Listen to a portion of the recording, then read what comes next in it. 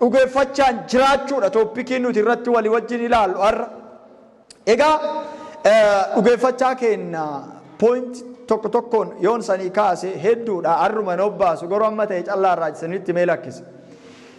Dhugeeffachaa keenya eeguu qabna. Mee dhugeeffachaa kan kee eeggadhii waliin jedha. Haleluuyaa. Dhugeeffachaa kan kee maal godhe? Eeggadhi.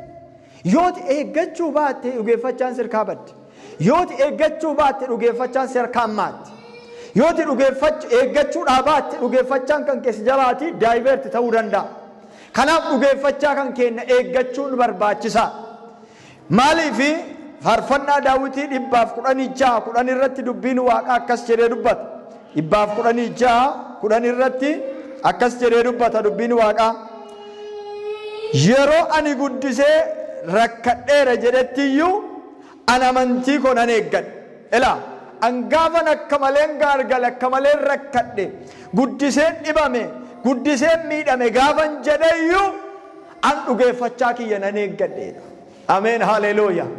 Gaafa dhibamteeyyuu gaafa rakkatteeyyuu gaafa haalli sitti jabaateeyyuu dhugeeffachaa kan kee hin buusin dhugeeffachaa kan kee hin gatiin. Yoo haala kamiin marfamte yoo haala kamiin cinqamte yoo haala kam keessa jiraatte yoo dhugeeffachaa kan kee hin lakkisin Waaqayyo guyyaa tokko dhufee si baasa. Ani yoo rakkadhe yoo lakkifne abboon lakkisii Yesuus maqaa Yesuuti. Yoo guddatte illee lakkisii yoo rakkatte illee lakkisin yoo si dabre illee lakkisin yoo si tammaate illee lakkisin guyyaan hin jira. Mee guyyaan naa jira abbo. Dhiiroo kee dhagaa isinii talima. Isaniin kun gaafa dhalattan dhalootuma keessaniin ani Naayiroobii keessan jiraadhattanii kan ofirra murteessitan jirtu.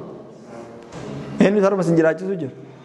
Waaqayyo biyya kanatti dhaladheettee yoo herregatteetta warri biyya kanatti dhalatan anachumatti dhalachuu malee jettanii beektu.